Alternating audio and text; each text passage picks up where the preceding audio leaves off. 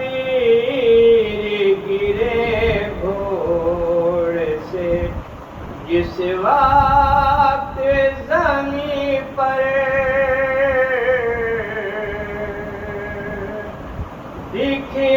دکھلائے کسی کو بنا اللہ یہ منظر، اللہ یہ منظر تیروں پہ رکا لاشا،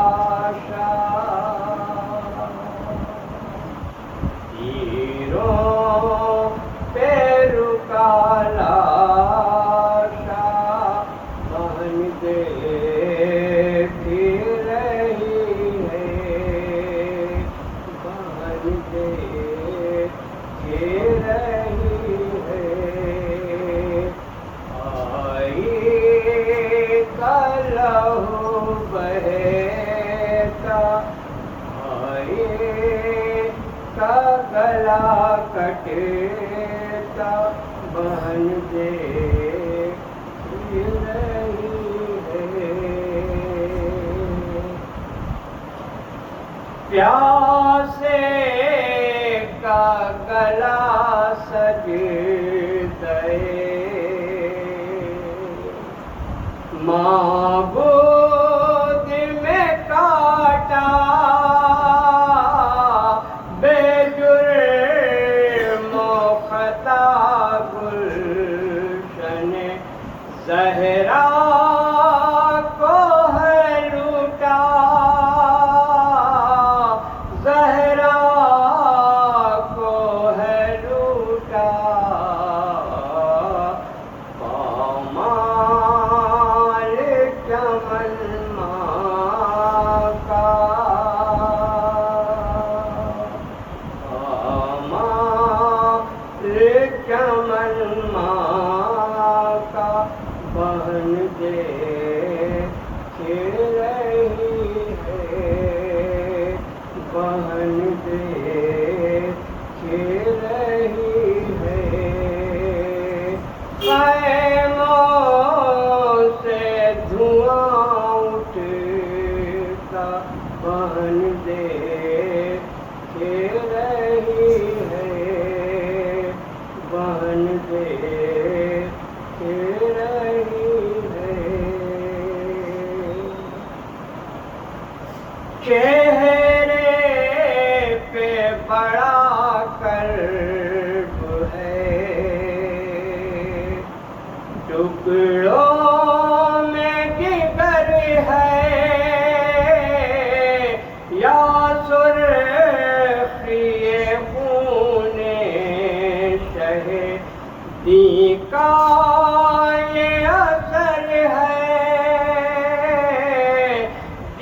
کا یہ اثر ہے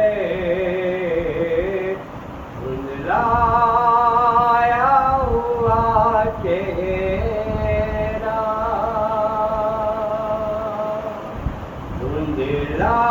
دھندلایا ہوا چہرہ بہن دے رہی ہے بہن دے رہی ہے آئے کا گلا کٹتا بہن دے رہی ہے بے دینوں نے 6 ماہ کے بے شیر کو مارا کس طرح سکینہ کو قرار آیا خدایا قرار آیا خدایا چلتا ہوا گہوارا چلتا ہوا گہوارا بہن دے رہی ہے بہن دے رہی ہے بھائی کا گلا کٹتا بہن دے رہی ہے مقتل سے پلٹ کر شہیدی پھر نہیں آئے خیموں سے کھڑے دور ہیں سر اپنا جھکائے سر اپنا جھکائے موجائے کو شرمندہ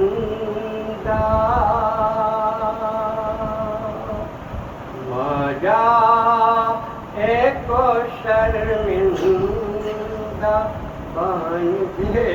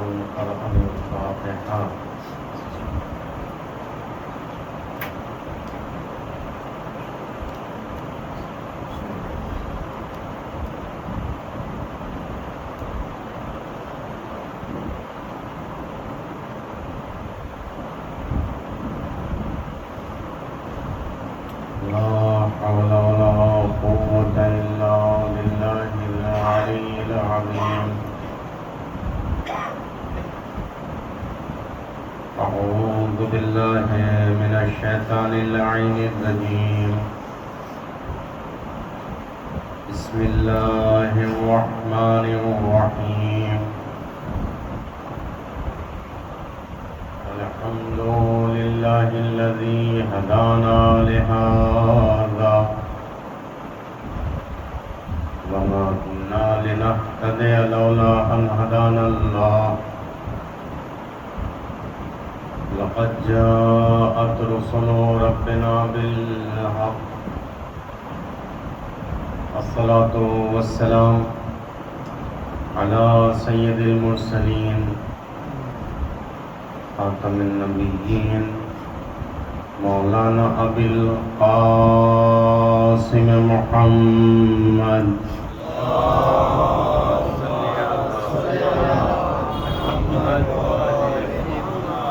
وعلى آله الطيبين الطاهرين المعصومين ولعنة الله على أعدائهم أجمعين من يومنا هذا إلى قيام يوم الدين. أما بعد فقد قال الله تبارك وتعالى في القرآن الكريم بسم الله الرحمن الرحيم ومن يبتغ غير الإسلام دينا فلن يقبل منه وهو في الآخرة من الخاسرين. صلوات محمد وآله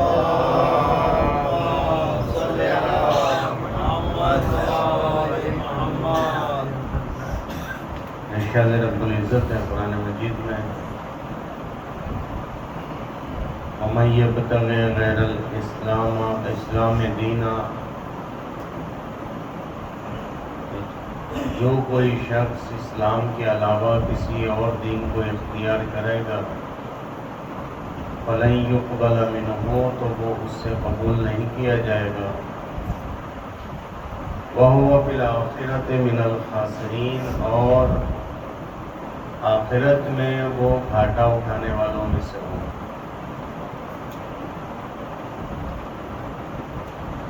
ہماری گفتگو کا عنوان، ہماری گفتگو کا محور اسلام اور عصر حاضر ہے.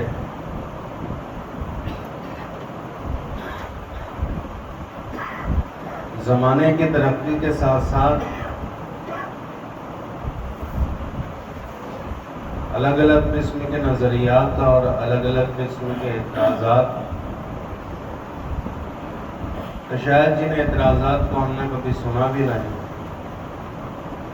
علمی اعتراضات خود دین پر بالعموم اور اسلام پر بالاخص وارد کیے جاتے رہے ہیں.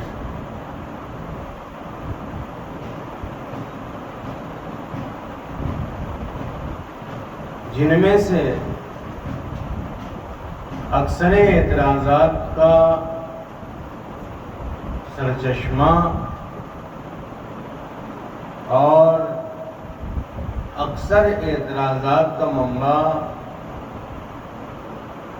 عصر کو بتایا جاتا ہے، زمانے کو بتایا جاتا ہے، عصر حاضر کو بتایا جاتا ہے، تقاضائے زمانے کو بتایا جاتا ہے. یہ جتنے اعتراضات آج ہمارے سامنے ہیں دین کے تعلق سے،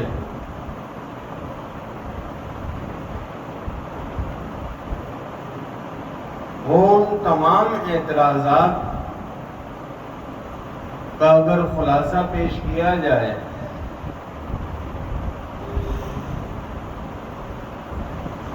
تو خلاصہ یوں ہوگا کہ دین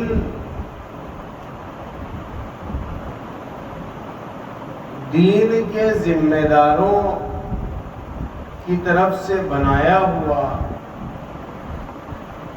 لوگوں کو ڈرانے کے لیے، لوگوں کو دھمکانے کے لیے اور اپنے استفادے کے لیے بنائی ہوئی ایک چیز ہے، اس کے علاوہ اور کچھ نہیں ہے دین. اس لیے کہ ہمارے پاس دو ہی چیزیں ہیں جن کی وجہ سے ہم کسی دین یا اسلام کی طرف آتے ہیں. اس میں سے پہلی چیز جنت کا شوق اور دوسری چیز جہنم کا خوف.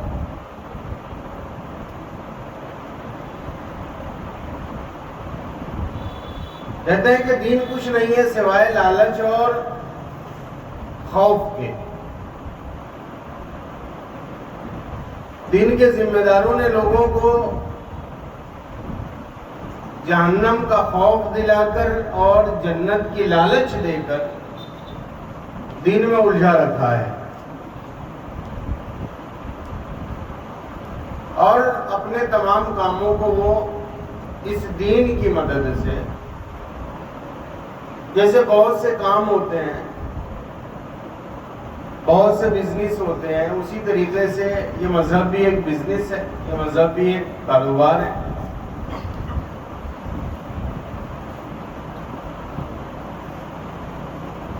تفصیلی گفتگو انشاءاللہ اس موضوع پر ہم کریں گے.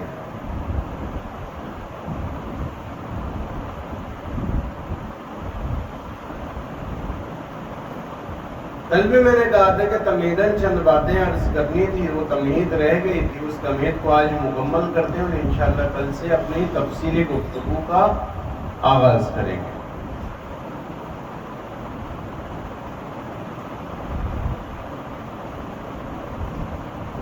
بہت ساری چیزیں اسلام میں زنجیرئی ہے، زنجیرئی یعنی چین کی صورت میں، بہت ساری چیزیں، اور صرف اسلام میں ہی نہیں، اسلام کے علاوہ اور بھی ادیان ہیں جہاں پر بہت ساری چیزیں زنجیرئی ہوتی ہیں. ہماری عام زندگی میں بھی بہت ساری چیزیں زنجیرئی ہوتی ہیں. زنجیرئی کسے کہتے ہیں؟ یعنی ایسی چیزیں جس کی ایک کڑی دوسری کڑی سے ملی ہوئی ہوتی ہے. چین کی خاصیت کیا ہوتی ہے کہ چین کی ایک کڑی دوسری کڑی میں اس طریقے سے ملی ہوتی ہے کہ اگر ایک کڑی کو کھول دیا جائے تو چین کی خاصیتیں ختم ہو جاتی ہیں. مثلا اگر چین پہلے 10 میٹر کی ہوگی اور درمیان سے آپ اس کی ایک کڑی کو کھول دیں، اب اگر اس کو ناپیں تو 10 میٹر کی ایک چین نہیں ہوگی بلکہ اب 5-5 میٹر کی 2 چین ہو جائیں، کیونکہ آپ نے درمیان سے کھول دی. ایسے ہی دین میں بہت ساری چیزیں زنجیرئی ہوتی ہیں، چین کی صورت میں ہوتی ہیں. ایک کا تعلق دوسرے سے ہوتا ہے اور بہت وسیع تعلق ہوتا ہے. پروردگار عالم نے دین اسلام کو دین فطرت کے عنوان سے متعارف کروایا ہے کہ یہ اسلام دین فطرت ہے. کبھی بھی اسلام میں آپ کو کوئی ایسی چیز نہیں دکھائی دے گی جو فطرت کے خلاف ہو، فطرت کے مقابل میں ہو.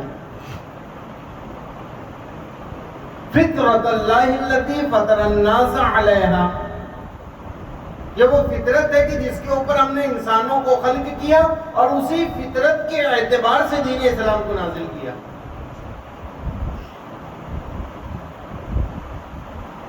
اگر دین اسلام میں آپ از اول تاخیر احکامات کا مطالعہ کرتے چلے جائیں، اگر فطرت سالم ہے،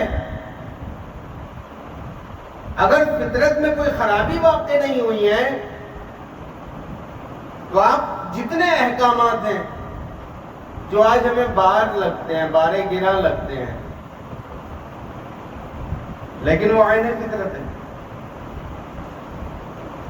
بہت سارے احکامات ہیں. مثلا ایک دم سامنے کی مثال نماز عین فطرت انسانی ہے، عین فطرت انسانی ہے. روزہ عین فطرت انسانی ہے. یہ تمام احکامات جو ہمیں آج بار لگ رہے ہیں، بار کیوں لگتے ہیں یہ احکامات؟ ہمیں گرا کیوں محسوس ہوتے ہیں؟ انسان کیوں نہیں آتا اگر یہ مطابق فطرت ہے؟ مطابق فطرت ہے اگر یہ، تو پھر بار کیوں لگتے ہیں؟ بھائی بھوک لگتی ہے ہمیں دن میں 3 مرتبہ، دن میں 3 مرتبہ بھوک لگتی ہے. ایک سالم انسان کو دن میں 3 مرتبہ، یہ فطرت ہے، اور وہ 3 مرتبہ کھاتا ہے. یہی تکرار کرتے رہتا ہے، ڈیلی کا روٹین ہوتا ہے. کوئی 3 مرتبہ کھا رہا ہے، کوئی 5 مرتبہ کھا رہا ہے، کوئی 4 مرتبہ کھا رہا ہے، اپنے اپنے اعتبار سے کھا رہا ہے. کبھی طبیعت بیزار ہوتی ہے کہ یار ابھی صبح تو کھایا تھا، ابھی پھر دوپہر میں پھر کھاؤں، ابھی دوپہر میں تو کھایا تھا، ابھی شام میں پھر کھاؤں. بیزار نہیں ہوتا آدمی، کھا رہا ہے. وہ جب سے متولد ہوا ہے تب سے کھا رہا ہے، اور جب تک زندہ رہے گا تب تک کھاتا رہے گا. بیزار نہیں ہوتا کھانے سے، مطابق فطرت ہے نا، تو بیزاری نہیں آتی. لیکن نماز، میں نے ابھی کہا کہ نماز بھی مطابق فطرت ہے، تو پھر بیزاری کیوں آتی ہے؟ اکثر و بیشتر انسان بیزار ہو جاتا ہے، جانے دیں، آج رہنے دیں، صبح کی نماز کے لیے نہیں اٹھتے، زور میں قضا پڑھ لیں گے. کیوں انسان کی طبیعت جو ہے بیزاری کی طرف مائل ہوتی ہے؟ اگر یہ عین فطرت ہے، تو فطرت کے مطابق ہے، تو کہتے کہ فطرت کیا ہوتی ہے؟ فطرت اپنا کام کرتی ہے، فطرت اپنا کام کرتی ہے برابر، اگر اس سے چھیڑ چھاڑ نہ کی جائے، اگر اس سے چھیڑ چھاڑ نہ کی جائے، وہ برابر اپنا کام کرے. فطرت اپنا کام کرتی ہے جب تک باہر سے کوئی وجہ اس پر عارض نہ ہو جائے، کوئی ایکسٹرا چیز اس پر عارض نہ ہو جائے، فطرت اپنا کام کرے گی. مثلا بھوک کا لگنا فطری عمل ہے، بھوک کا لگنا فطری عمل ہے. کوئی چیز عارض ہو گئی، انفیکشن، باہر سے انفیکشن آیا باڈی میں، اب بھوک نہیں لگتی. 2 وقت گزر جاتا ہے، بھوک نہیں لگ رہی، پورا دن گزر گیا، بھوک نہیں لگ رہی. اب آپ یہاں سوال کیوں نہیں کرتے کہ اگر بھوک فطری عمل ہے تو آج مجھے دن بھر بھوک کیوں نہیں لگی؟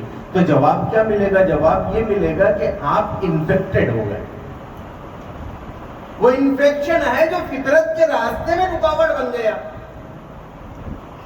اب اگر پھر سے فطرت کو سالم کرنا ہے تو پہلے اس انفیکشن کو ختم کرو، فطرت پھر اپنا کام کرنے لگے گی. نماز فطری عمل ہے، بیزاری کیوں آ رہی ہے؟ کہے انفیکشن آ گیا ہے، انفیکٹڈ ہو گئے آپ، اس انفیکشن کو ختم کرو گے، خود بخود مائل ہوتے چلے جاؤ.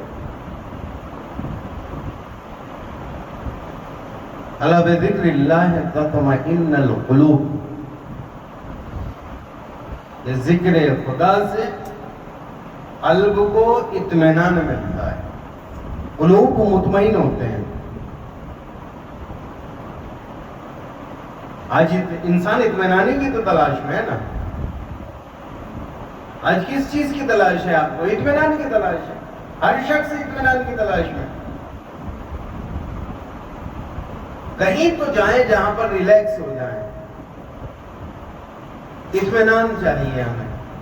کہ آؤ ذکر خدا کی طرف، یہاں اطمینان، کہ یہاں بھی اطمینان نہیں ملتا. کہ اس لیے نہیں ملتا کہ آپ انفیکٹڈ ہیں. آپ کہیں بھی چلے جائیں گے، ہر چیز، اگر آپ کو کہیں اطمینان ملا بھی تو وہ نقلی اطمینان ہوگا. جسے ذکر خدا اطمینان نہیں دے سکتا، اسے دنیا کی کوئی چیز اطمینان نہیں دے سکتی. اس لیے کہ اطمینان حقیقی یہ ہے، اصلی اطمینان یہاں ہے، اوریجنل اطمینان یہاں پر ہے. اگر اسے یہاں اطمینان نہیں مل رہا تو پھر اسے دنیا کی کسی بھی جگہ پر، کسی بھی مقام پر، کسی بھی چیز میں اطمینان نہیں مل سکتا. کیونکہ سب اطمینان کا سرچشمہ ذکر خدا ہے، ہر اطمینان کا منبع ذکر خدا. تو میں عرض کر رہا تھا کہ بہت سی چیزیں زنجیریں ہی ہوتی ہیں، بہت سی چیزیں زنجیریں ہی ہوتی ہیں، چین کی صورت میں ہوتی ہیں۔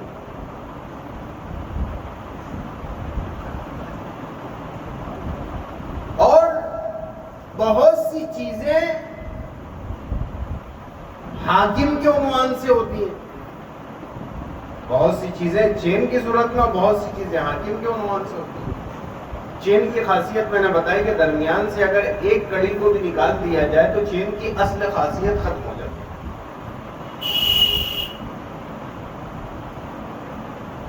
دیکھیں اصول جو بنائے پروردگار عالم نے، اصول دین، سب سے اوپر رکھا توحید، اس کے بعد مرحلہ آتا ہے عدل کا، اس کے بعد مرحلہ آتا ہے نبوت کا، اس کے بعد مرحلہ آتا ہے امامت کا، اس کے بعد مرحلہ آتا ہے قیامت۔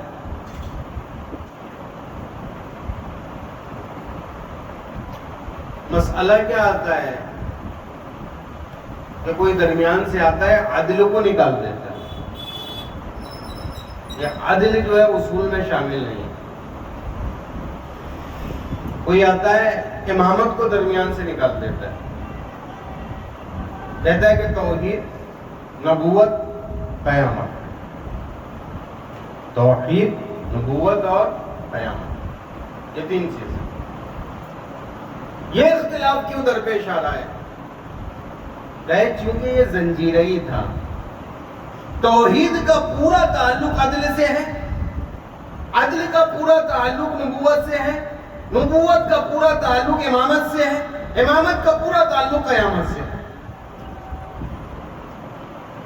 اگر توحید میں خرابی رہ گئی تو صرف توحید خراب نہیں ہوگی، ساتھ ساتھ عدل بھی خراب ہوگا۔ عدل خراب ہوگا تو نبوت خراب ہوگی، نبوت خراب ہوگی تو امامت خراب ہوگی، امامت خراب ہوگی تو قیامت خراب ہو جائے گی۔ یہ زنجیریں ہی چیزیں ہیں، یہ چیزیں زنجیریں ہی ہیں۔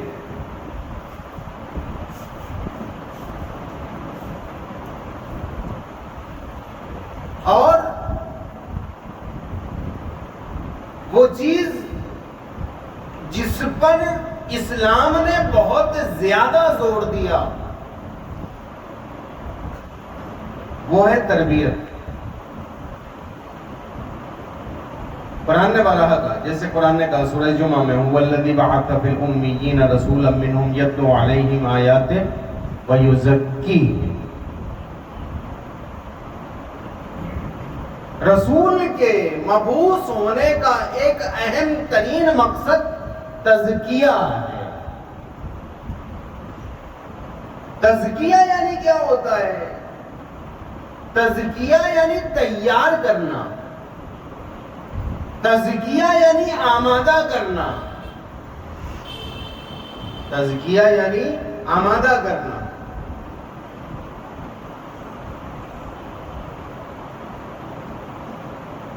بہت سی چیزیں انسان درک نہیں کر پاتا، اس کی وجہ یہ ہوتی ہے کہ سب کچھ تو ہوتا ہے، اس کے بعد تزکیہ نہیں ہوتا۔ وَيُزَكِّيهِمْ پہلے تزکیہ، وَيُعَلِّمُهُمُ الْكِتَابَ وَالْحِکْمَةَ اور کتاب اور حکمت کی تعلیم بعد میں۔ علم کہتا ہے بڑوں کا احترام کرو، علم کہتا ہے کہ ادب کی رعایت ضروری ہے۔ بہت سے ایسے افراد ہیں جنہوں نے اسکولوں اور کالجوں میں یہ سبق تو پڑھ لیا کہ بڑوں کا احترام کرنا چاہیے، ادب انسان کی زندگی کا سرمایہ ہے، یہ تمام سبق انہیں یاد ہے، مگر جب عملی زندگی میں آتے ہیں تو ہم یہ دیکھتے ہیں کہ ان کا ادب سے کوئی سروکار ہی نہیں ہے۔ کیونکہ مرحلہ علم میں تو آ گئے، مرحلہ تزکیہ میں فیل ہیں، ان کا تزکیہ نہیں ہوا، انہیں ادب سے کوئی سروکار نہیں ہے۔ تو اس کا مطلب یہ ہے کہ علم حاصل کرنے سے پہلے اپنے نفس کا تزکیہ کر لو۔ ایک مثال دیتا ہوں آپ کو، اسلام کیا چاہتا ہے؟ یہ تمام میں تمہید بیان کر رہا ہوں۔ تمہید کس چیز کے لیے؟ عزاداری کے لیے۔ عزاداری کیا ہے؟ عزاداری کے ثبوت کے لیے اپنے موضوع سے سہارا لیتے ہیں۔ پانی پینا ہے، آپ کو پیاس لگی ہے شدت کی، پانی پینا ہے۔ پانی پینے کے لیے عموماً ظرف چاہیے، ایک برتن چاہیے جس میں میں پانی پیوں۔ دیکھیں کتنے مرحلوں سے باتیں گزرتی ہیں، تب جا کے قابل استفادہ ہوتی ہے۔ خداوند عالم نے کہا انسان کو لقد خلقنا الانسان فی احسن تقویم، ہم نے انسان کو بہترین وجہ پر نازل کیا۔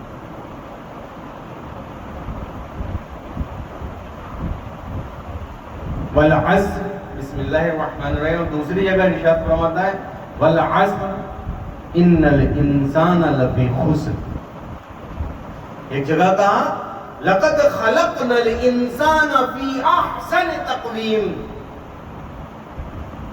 بہترین چیز جو خالق کائنات نے اس کائنات میں بنائی اس شے کا نام ہے انسان۔ بہترین چیز جو خالق کائنات نے بنائی وہ ہے انسان۔ اور ایک جگہ آ کے کہتا ہے الانسان لفی خسر، انسان تو گھاٹے میں ہے، انسان تو گھاٹے میں ہے۔ تو گھاٹے میں ہے یا بہترین ہے؟ گھاٹے میں ہے یا بہترین؟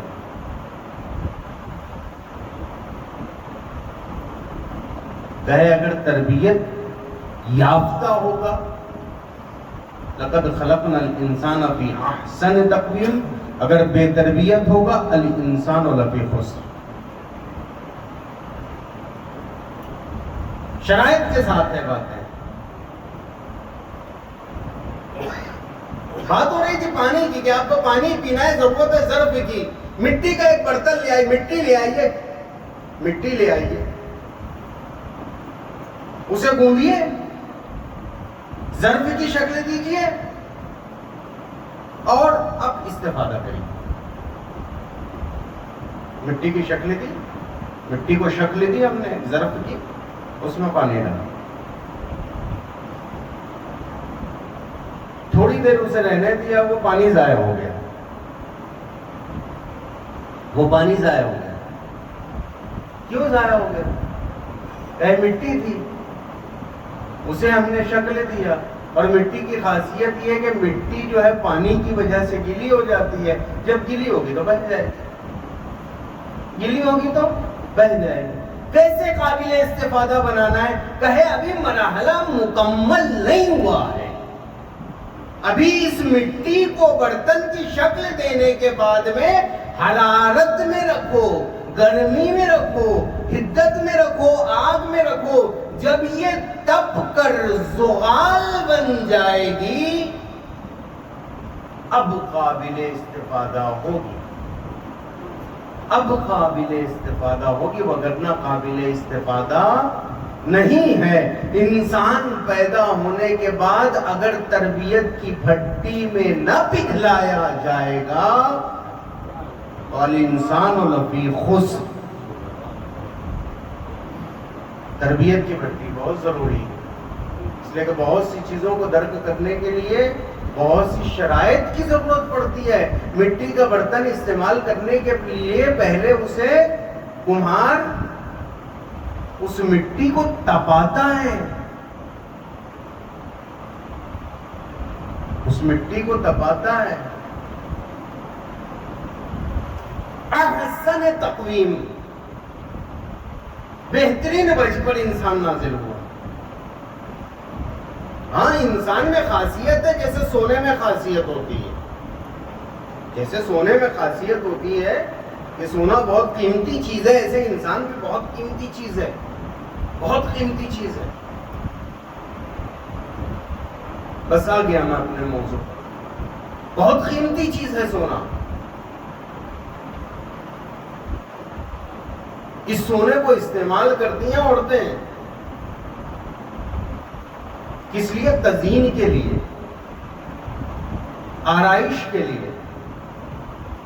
خوبصورت خوبصورت نیکلیس، خوبصورت خوبصورت زیورات بنا کر اسے آرائش کے لیے پہنا جاتا ہے، جس سے عورتوں کی خوبصورتی میں اضافہ ہوتا ہے.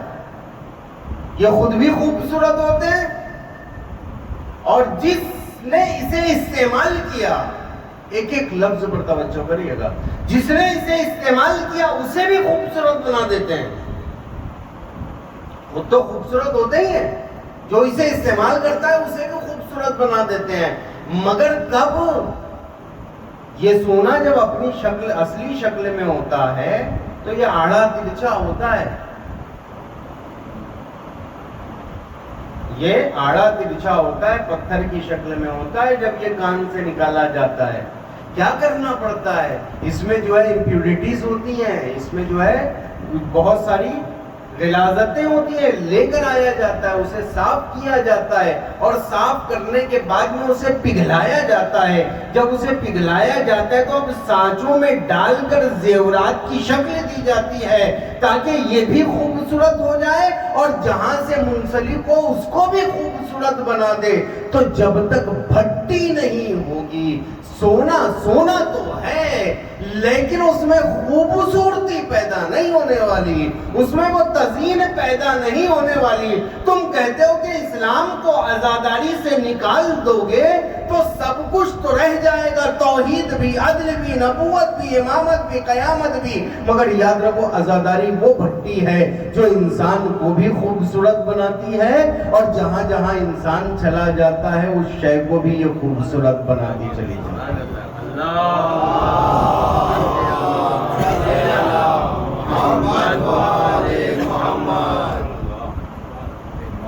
انسان کو انسانیت عطا کرنے والی شے عزادہ ہے، وگرنہ انسان تو خلق ہو گئے.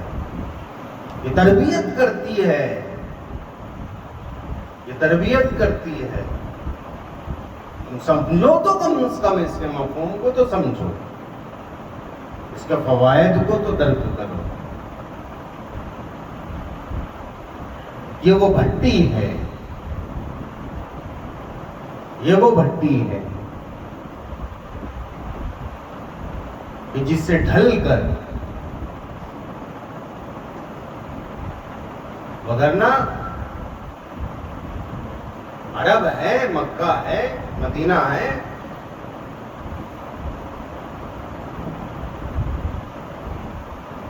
لیکن انسان کے کمالات کی کوئی حد نہیں ہے.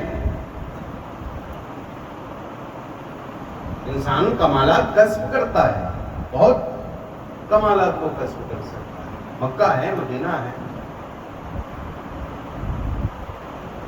جو امامت کی بھٹی میں تپ گیا،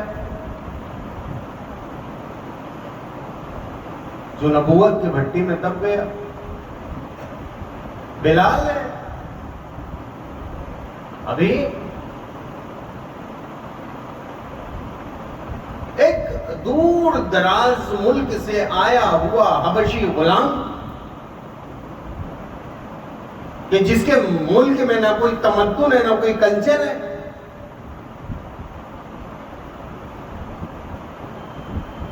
آج خدا کے ذرا سی امتحان سے جہاں پر لوگوں کی حالت دگرگون ہو جایا کرتی ہے، خدا کے ذرا سی امتحان سے لوگوں کی حالت دگرگون ہو جایا کرتی ہے. وہ افراد جسے ہم اپنی جگہ پر پہاڑ سمجھتے تھے، جب امتحان پروردگار کی منزل میں وہ پہاڑ آتا ہے تو ہمیں یہ سمجھ میں آتا ہے کہ یہ تو سنگریزہ بھی نہیں تھا، یہ تو سنگریزہ بھی نہیں تھا جسے ہم پہاڑ سمجھ رہے تھے، تو ایک ایسے دور دراز علاقے سے آیا ہوا حبشی غلام کہ جس کے ملک میں تمدن نام کی کوئی چیز نہیں، کلچر نام کی کوئی چیز نہیں، دین نام کی کوئی چیز نہیں، مذہب نام کی کوئی چیز نہیں، نبوت کی بھٹی میں آ کر پگھل جاتا ہے۔ عالم یہ ہوتا ہے کہ عرب کی گرم زمین پر کپڑے اتار کر، سینے پر بھاری پتھر رکھ کر، اس پتھر کے اوپر ہتھوڑے چلا چلا کر یہ کہا جاتا ہے کہ کہہ دو لا احد، ادھر بلال کہتے ہیں اللہ احد اللہ احد اللہ احد۔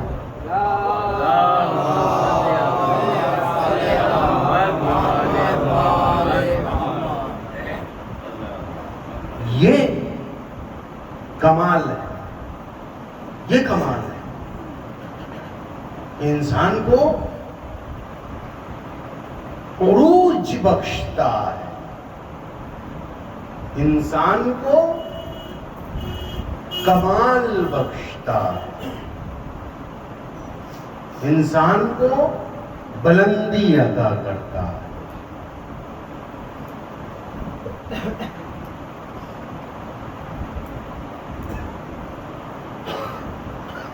وگرنہ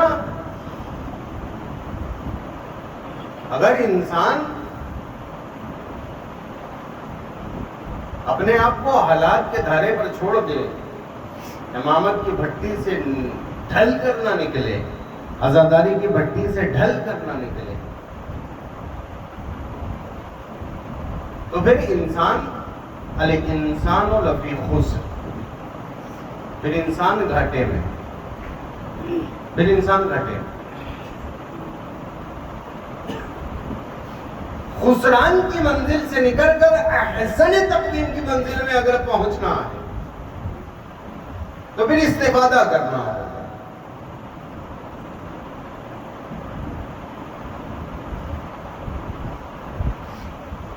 اپنے دسترخوان پر سامنے بریانی رکھ کر، ایک مرتبہ سلوات پڑھیں، تھوڑا تھوڑا آگے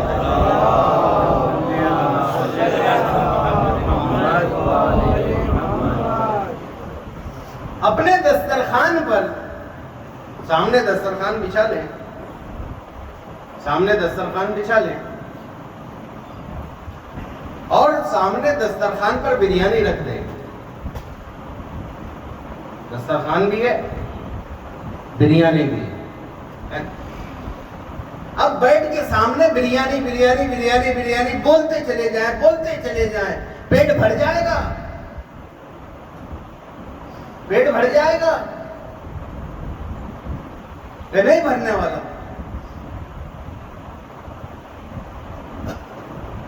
پیٹ بھر جائے گا، نہیں بھرنے والا۔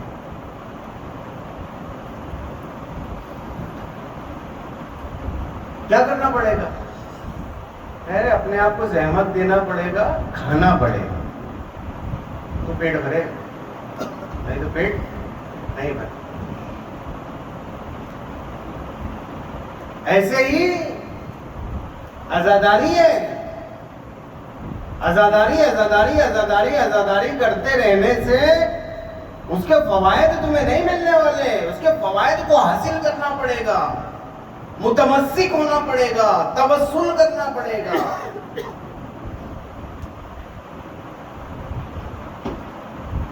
ہم نے تو دنیا میں ایک ہی چیز دیکھی ہے، آپ اگر بیٹھ کر قرآن قرآن قرآن قرآن قرآن بھی کرتے چلے جائیں تو قرآن جو کتاب ہدایت ہے، الف لام میم ذالک الکتاب لا ریب فیہ ھدی للمتقین، یہ جو متقین کے لیے ہدایت ہے، صبح اٹھ کر 1000 مرتبہ قرآن قرآن کہیں، دوپہر میں 1000 مرتبہ قرآن قرآن کہیں، رات میں پھر 1 مرتبہ 1000 مرتبہ قرآن قرآن کہیں۔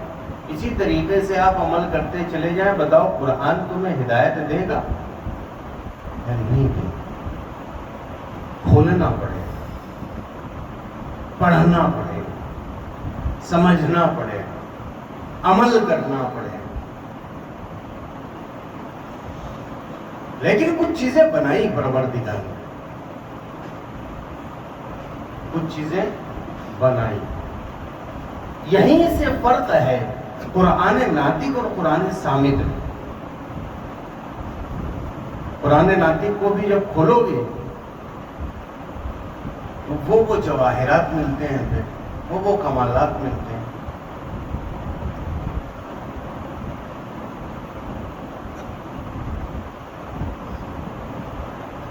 ایک صحابی ہے مولا کا، دیکھیں کیا کیا کمالات ہیں. ایک صحابی ہے مولا،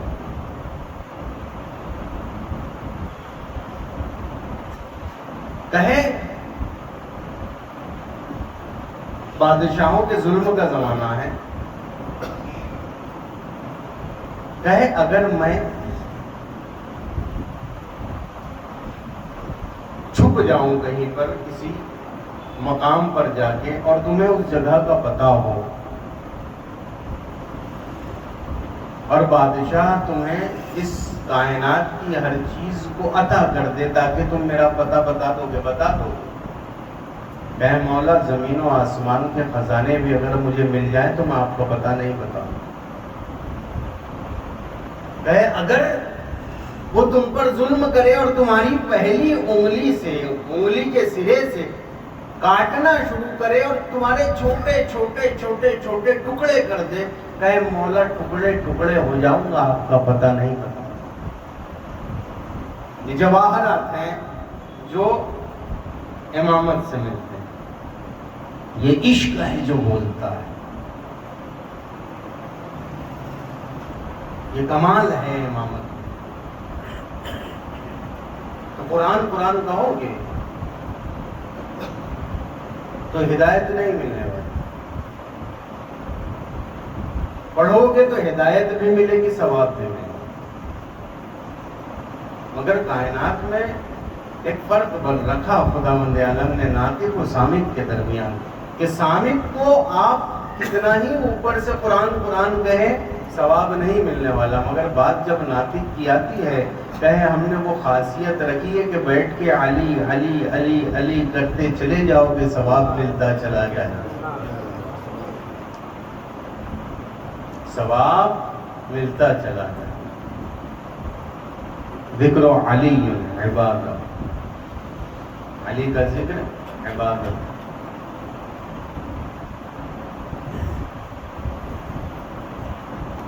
دامن وقت میں گنجائش نہیں بچی، جس مقام تک آپ کو لے کر آنا تھا وہاں لے کے آگے انشاءاللہ کل بیان کرنا.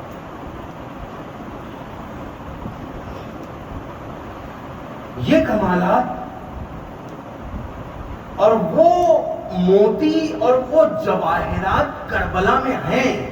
تلاش کریں آپ، دیکھیں بکھرے پڑے ہیں موتی. ایثار کا موتی ہے، عبادتوں کے موتی ہیں، روحانیت کے موتی ہیں، عرفان کے موتی ہیں، کمالات کے موتی ہیں. تمہیں کیا چاہیے؟ کس چیز کی تلاش میں ہو تمہیں؟ آؤ کربلا کی طرف. سکون کی تلاش میں ہو کربلا کی طرف آؤ. کمال کی تلاش میں ہو کربلا کی طرف آؤ. معرفت کی تلاش میں ہو کربلا کی طرف آؤ.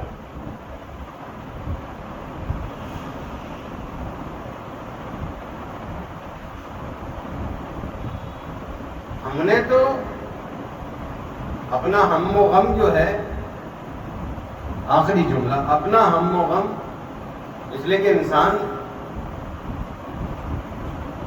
یہاں پر وہ چیزیں بھی پوری ہوتی ہیں، یہاں پر وہ بھی باتیں پوری ہوتی ہیں، لیکن جو چیز جس کے لیے بنائی گئی ہو کم از کم اس سے اس چیز کو مانگو تو صحیح. کربلا کمالات کا سرچشمہ ہے، ذخیرہ ہے، منبع ہے. کربلا معرفت کا سرچشمہ ہے، ذخیرہ ہے، منبع ہے. آؤ تو کمالات طلب تو کرو، آؤ معرفت طلب تو کرو، آؤ اطمینان طلب تو کرو. ہم تو آتے بھی ہیں، اگر آپ سے کہا بھی جائے مانگنے کے لیے تو ہم کیا کرتے ہیں؟ میں کربلا سے منت مانگتا ہوں، اگر میری منت پوری ہو گئی اور میرے کاروبار میں اضافہ ہو گیا، مانگا بھی تو کیا مانگا، وہی پیسہ. ہماری تو منت بھی محدود ہو کے آئے گی. مال و زر کربلا سے مال و زر مانگ رہے ہو. ہماری کوششیں پوری مال و زر ہو کے رہ گئی. مال و زر ٹھیک ہے مانگے وہ بھی عطا ہوتا ہے, کیا عطا نہیں ہوتا, سب عطا ہوتا ہے, مگر مال و زر کو ایک چیز ہوتی ہے اصل, ایک چیز ہوتی ہے فرع, ایک چیز ہوتی ہے اصل, ایک چیز ہوتی ہے فرع. اصل طلب کرے فرع تو خود بخود ساتھ آ جائے گی نا, فرع تو خود بخود ساتھ آ جائے. اصل کو طلب, معرفت طلب کرے کربلا سے, دیکھیں ملتی ہے.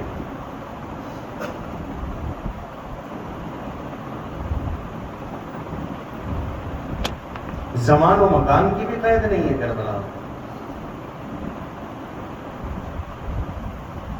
کربلا میں کیا ہے؟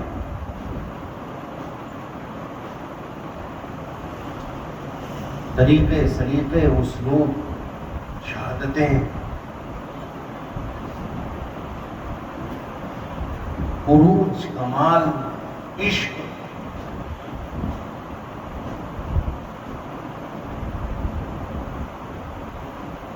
رومال سے ہاتھوں کو باندھ کر,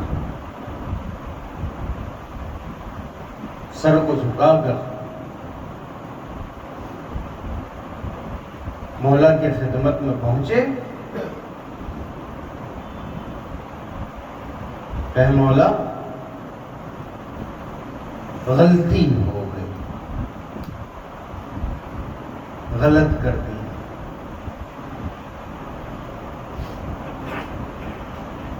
نادم ہوئے, پشیمان ہوئے, توبہ کی, متوسل ہوئے, قدم امام پر جھکے, جو طریقہ تھا اس طریقے سے آئے, جو سلیقہ تھا اس سلیقے سے آئے. یہ مولا تو کریم ہے نا, حسین تو کریم ہے.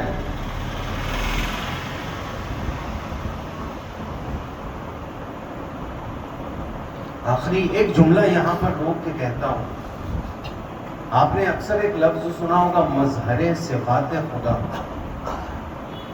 مظہر صفات خدا, خدا کی بہت سی صفات ہیں. مثلا خدا کریم ہے, خدا رحیم ہے, خدا رزاق ہے, خدا خالق ہے. نہ سمجھ پاتے خدا کی قسم ان صفات کو اگر معصومین کی ذات مبارکہ نہ ہوتی. کریم ہے تو کتنا کریم ہے. یہ حر کون ہے؟ حسین کا راستہ روکنے والا. یہ حر کون ہے؟ حسین کی گھوڑے کی لجام پر ہاتھ ڈالنے والا, حسین کو گھیر کر کربلا میں روکنے والا. خدا کی قسم اگر کرم حسین نہ ہوتا تو کرم خدا کا ہمیں اندازہ نہ ہوگا.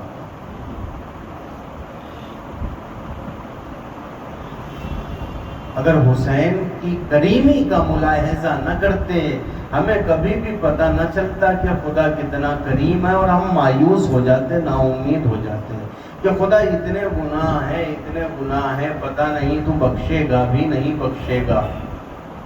کہے جب اس خدا کا ایک بندہ, خدا کا ایک نمائندہ اپنے اوپر اتنے ظلم کرنے والے کو جب ندامت کے ساتھ, آنسوؤں کے ساتھ امام حسین کی بارگاہ میں تشریف لاتا ہے, امام نہ صرف معاف کر دیتے ہیں بلکہ اس شخص کو کہ جو لعنت کا مستحق تھا اسے علیہ السلام بنا دیتے ہیں. کتنے کریم ہیں ہمارے مولا, کتنے کریم ہیں ہمارے مولا.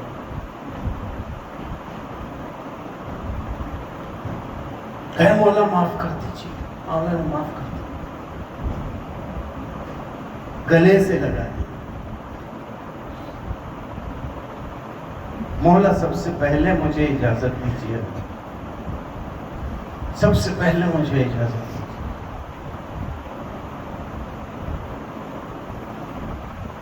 بیٹوں کو ساتھ میں لے کر آیا, جانتا ہے حسین کو داغ پسر برداشت کرنا ہے، حر بھی داغ پسر برداشت کرے گا تاکہ اس درد کو محسوس کر سکے۔ میں کہوں گا حر تم اس درد کو محسوس نہیں کر سکتے، اس لیے کہ تمہاری بالین پر حسین بھی ہے، تمہیں سہارا دینے والے حسین زندہ ہے، تمہارے لاشے پر اور تمہارے بچوں کے لاشے پر ماتم کرنے کے لیے بیویاں بھی ہیں، یہ تمام افراد ہیں۔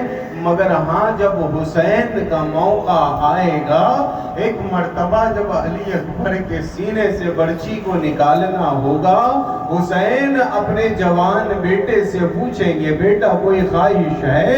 علی اکبر جب جواب دیں گے ہاں بابا، سینے میں نیزے کا پھل پوشیدہ ہے، وہ پھل سینے میں اتر آیا ہے بابا، اگر ممکن ہو اس نیزے کو نکال دو۔ اور پھر جب حسین اس نیزے کو نکالیں گے، ارے نیزے کے ساتھ علی اکبر کا کلیجہ نکلے گا، بوڑھا باپ ہوگا، باپ کے ہاتھوں میں جوان بیٹے کا کلیجہ ہوگا۔ اللہ لعنت اللہ علی القوم الظالمین وسيعلم الذين ظلموا أي منقلب ينقلبون إلى الله وإنا إليه راجعون۔